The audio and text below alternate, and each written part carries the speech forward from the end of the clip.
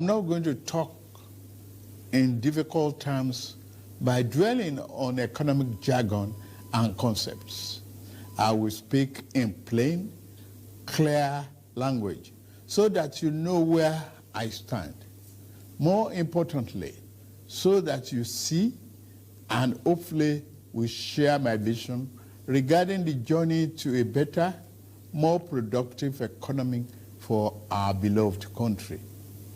For several years, I have consistently maintained the position that the fuel subsidy had to go. This once beneficial measure had outlived its usefulness. The subsidy cost us trillions of naira yearly, such as a vast sum of money would have been better spent on public transportation, health care, school, housing, and even national security. Instead, it was being funneled into the deep pocket and lavish bank account of a selected group of individuals. This group had amassed so much wealth and power that they became a serious threat to the fairness of our economy and the integrity of our democratic governance. To be blunt, Nigeria could never become the society it was intended to be as long as such small, powerful, yet unelected groups hold enormous influence over our political economy and the institutions that govern it. The whims of the few should never hold dominant sway over the hopes and aspirations of the many. If we are to be a democracy, the people and not the power of money must be sovereign. The preceding administration saw this looming danger as well. Indeed, it made no provision in the 2023 appropriation for subsidy after June this year. Removal of this once helpful device that had transformed into a millstone around the country's neck had become inevitable. Also, the multiple exchange rate, the system that had been established became nothing but a highway of currency speculation. It diverted money that should have been used to create jobs, build factories, and businesses for millions of people. Our national wealth was doled out on favorable terms to a handful of people who had been made filthy rich simply by moving money from one hand to another. This too was extremely unfair and is not acceptable. It also compounded the threat that the illicit and mass accumulation of money posed to the future of our democratic system and its economy. I had promised to reform the economy for the long-term good by fighting major imbalances that has plagued our economy. Ending the subsidy and the preferential exchange rate system were key to this fight. This fight is to define the fate and future of our nation. Much is imbalance. Thus, the effect in our economy immensely profited a tiny elite, the elite of the elite, you might call them. As we move to fight the flaws in the economy, the people who grow rich from them predictably will fight back through every means necessary. But we are ready. Our economy is going through a tough patch, and you are being hurt by it, I know. The cost of fuel has gone up. Food and other prices have followed it. Households and businesses struggling. Things seem anxious and uncertain. I understand the hardship you face. I wish there were other ways, but there is not. If there were, I would have taken that route, as I came here to help, not to hurt the people and the nation that I love so dearly. What I can offer in the immediate is to reduce the burden of current economic situation, which has imposed on all of us, most especially on businesses, the working class, and most vulnerable among us.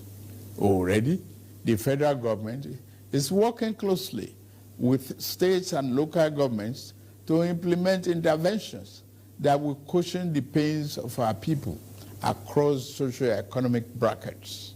Earlier this month, I signed 4 executive orders in keeping with my electoral promise to address unfriendly fiscal policies and multiple taxes that are stifling the business environment.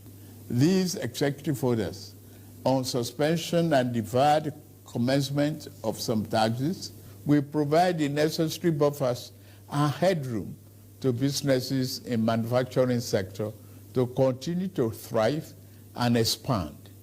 To strengthen the manufacturing sector, increase its capacity to expand and create good paying jobs, we are going to spend $75 billion between July 2023 and March 2024. Our objective is to fund minimum of 75 enterprises with great potential to kickstart a sustainable economic growth, accelerated structural transformation, and improved productivity. Each of these 75 manufacturing enterprises will be able to access 1 billion credit at maximum of 9% per annum, with maximum of 60 months repayment for long-term loans and 12 months for working capital. Our administration recognizes the importance of micro, small, and medium-sized enterprises and the informal sector as the drivers of growth. We are going to energize this important sector with $125 billion. Out of the sum, we will spend $50 billion conditional grant to 1 million nano businesses between now and March 24. Our target is to give a minimum of 50,000 each to 1,300 nano businesses owners in each of the 774 local governments across the country. Ultimately, this program will further drive financial inclusion by onboarding beneficiaries into the formal banking system. In like manner, we will fund 100,000 MSMEs and startups with $75 billion. Under this scheme, each enterprise promoter will be able to get between 500,000 and 1 million at the maximum 9% interest per annum and repayment period of 36 months. To further ensure that food prices and the items remain affordable, we have had a multi-stakeholder engagement with various farmers and associations and the operators within the agricultural value chain. In short and in immediate terms, we will ensure stable food are available and affordable. To this end, I have ordered release of 200,000 metric tons of grains from strategic reserves to households across the 36 states and FCT. To moderate prices, we are also providing 225,000 metric tons of fertilizer, seeding, and other inputs to farmers who are committed to our food security agenda. Our plan to support cultivation of 500,000 hectares of farmland and all year-round farming practice remain on course. To be specific, 200 billion out of the 500 billion approved by the National Assembly will be disbursed as follows. Our administration will invest 50 billion each to cultivate 150,000 hectares of rice and maize. 50 billion each will also be earmarked to cultivate 100,000 hectares of wheat and cassava. This expansive agricultural program will be implemented targeting small farm holders and leveraging large-scale private sector players in the agri-business with strong performance record. In this regard, the expertise of developed financial institutions, commercial banks, and microfinance banks will be tapped to develop a viable and appropriate transaction structure for all stakeholders. Fellow Nigerians, I made a solemn pledge to work for you, how to improve your welfare and living conditions. It's of paramount importance to me, and it is the only thing that keeps me up day and night. It is in the light of this that I approved the infrastructure support for the states. This new infrastructure fund will enable states to intervene, to invest and reinvest in critical areas and bring relief to many of the pain points, as well as revamp our decaying healthcare and educational infrastructure. The fund will also bring improvement to rural access roads to ease the evacuation of farm produce to markets.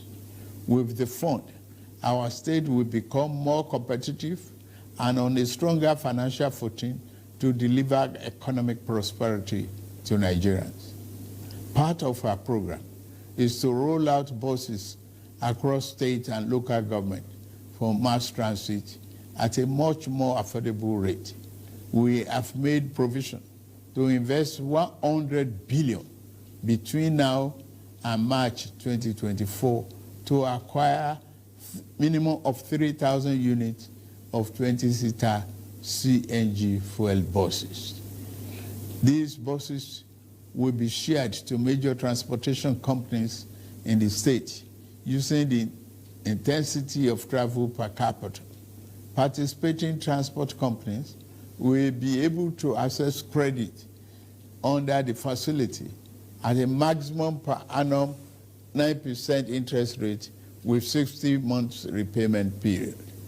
And then, in the same vein, we are also working in the collaboration with the labor unions to introduce a new national minimum wage for workers. I want to tell you, our workers, that this, your salary review is coming. Once we agree on the minimum wage and general upward review, we will make budget provision for it for immediate implementation. I want to use this opportunity to salute many private employers in the organized private sector who have already implemented general salary review for employees. Fellow Nigerians, this period may be hard on us, and there is no doubt that it's tough on us. But I urge you all to look beyond the present temporary pains and aim at the larger picture. All our good and helpful plans are in the works. More importantly, I know that they will work. Sadly, there was an unavoidable lag between subsidy removal and these plans coming fully online. However, we are swiftly closing the time gap. I plead with you, please have faith in our ability to deliver and in our concern for your well-being. We will get out of this turbulence, and due to the measures we have taken, Nigeria will be better equipped and able to take advantage of the future that awaits her. And in a little over 2 months, we have saved over 1 trillion naira that would have been squandered on the unproductive fuel subsidy, which only benefited smugglers and fraudsters. That money will now be used more directly and more beneficially for you and your families. For example, we shall fulfill our promise to make education more affordable to all and provide loans to higher education students who may need them. No Nigerian student will have to abandon higher education because of lack of money. Our commitment is to promote the greatest good for the greatest number of our people. On principle, we shall never falter. We are also monitoring the effect of exchange rate and inflation on gasoline prices. If and when necessary, we will intervene. I assure you, my fellow countrymen and women, that we are exiting the darkness to enter a new and glorious dawn. Now, I must get back to work in order to make this vision come true. Thank you all for listening, and may God bless Federal Republic of Nigeria.